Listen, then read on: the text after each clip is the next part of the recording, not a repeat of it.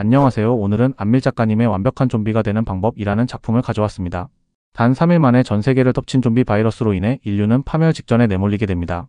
제약회사 연구원이었던 이시우는 백신 개발에 실패한 뒤 차선책으로 좀비에게 동족으로 인식되어 공격받지 않는 약 에테르나를 개발하게 됩니다. 하지만 에테르나는 식인 충동이라는 치명적인 부작용을 안고 있었고 그마저도 누군가에 의해 전량 도난당하고 맙니다. 죽어가는 어머니를 살리기 위해 또는 생존과 불사의 욕망을 위해 각기 다른 사연을 지닌 이시우와 동료들은 사라진 에테르나를 추적하기 시작합니다. 이시우는 손에 닿은 사물의 과거를 읽는 사이코메트리 능력을 얻게 되며 이 특별한 능력을 활용해 단서를 하나씩 쫓아갑니다. 좀비로부터 살아남기 위해 오히려 좀비가 되기를 선택하는 사람들, 그 안에서 벌어지는 갈등과 생존 그리고 인간성에 대한 고민이 치밀하게 그려지는 독특한 좀비 아포칼립스 소설입니다.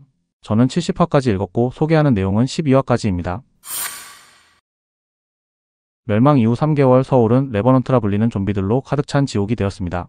좀비에게 물리지 않기 위해 늘 무장을 하고 마스크를 착용한 채 살아가야 하는 현실이 되었으며 인간들은 각자의 방식으로 이 비정상적인 삶에 적응하고 있습니다.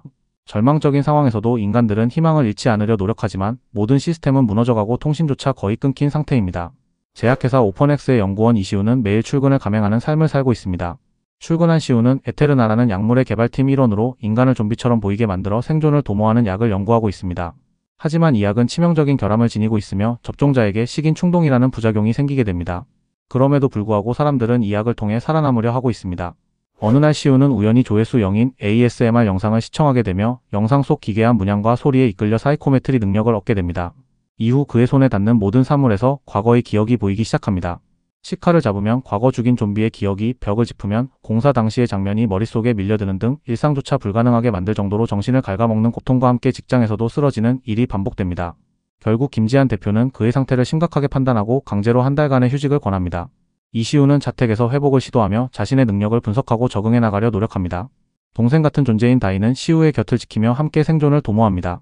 식량을 찾기 위해 외출한 두 사람은 폐허가 된 학교에서 음식을 구하지만 돌아오는 길에 레버넌트의 습격을 받게 됩니다. 도망치던 중 다이는 좀비에게 물리고 끝내 좀비로 변이하여 이시우를 공격하게 됩니다. 그 순간 한 남성이 나타나 다이의 머리를 날려 위기를 모면시켜줍니다. 이 사건은 시우의 정신에 깊은 충격을 남깁니다. 그 후 다이의 시신을 수습하지 못한 자신을 자책하며 다시 그녀를 찾아 화장하고 마지막 인사를 전하게 됩니다. 사이코메트리 능력으로 다이의 손에서 마지막 기억을 읽어내며 그녀가 인간으로서 존재하던 마지막 순간을 함께합니다. 그녀가 좀비로 변해 자신에게 달려들었던 그 기억은 시우에게 실질적인 공포를 각인시켜 주었습니다. 한 달 뒤 회사로 복귀한 이시우는 오펀엑스가 무너졌다는 사실을 깨닫게 됩니다. 사무실은 폐허가 되었고 대부분의 동료는 실종되거나 죽었으며 몇몇은 에테르나의 부작용으로 좀비가 된 상태입니다. 그리고 그 속에 남아있던 동료 최도윤을 마주하게 됩니다. 최도윤과 제외한 이시우는 그로부터 에테르나가 반쪽짜리 완성에 이르게 되었으며 이를 빼돌려 도망친 오진규 차장의 배신을 듣게 됩니다. 에테르나의 정체는 충격적이었으며 접종자는 외형상 멀쩡하지만 실제로는 인간을 벗어난 존재가 되며 부작용으로 식인 충동에 시달리게 됩니다.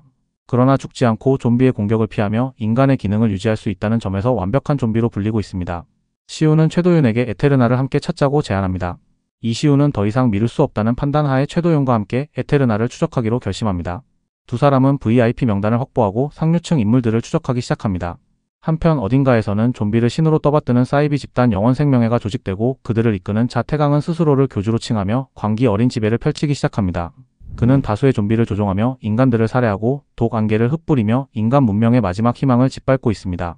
이시우와 최도윤은 VIP 리스트를 따라 청담동의 고급 주택가로 향하고 수많은 좀비 사이를 피해 윤선준의 집에 침입합니다.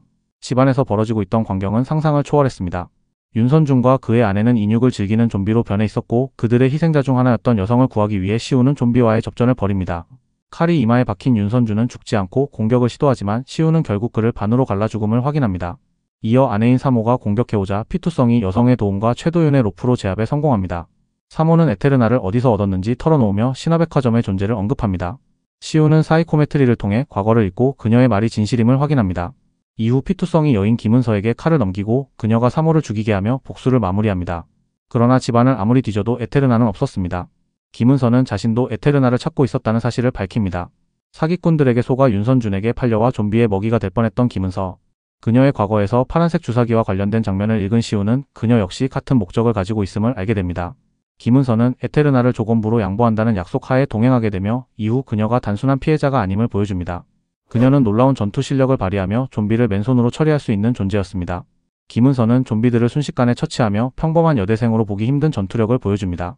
그녀의 능력에 시우와 최도윤은 당황하고 경악하게 됩니다. 사모와 윤선준의 시신을 사이코메트리하며 얻은 정보로 세 사람은 신화백화점으로 향합니다. 위험천만한 여정을 거쳐 12층 VIP 라운지에 도착하지만 그곳엔 전량 매진이란 메모만 남아있습니다.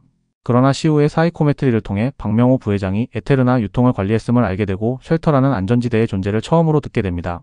이시우, 김은서, 최도윤은 A급 에테르나의 행방을 쫓아 박명호 부회장의 집에 침입합니다.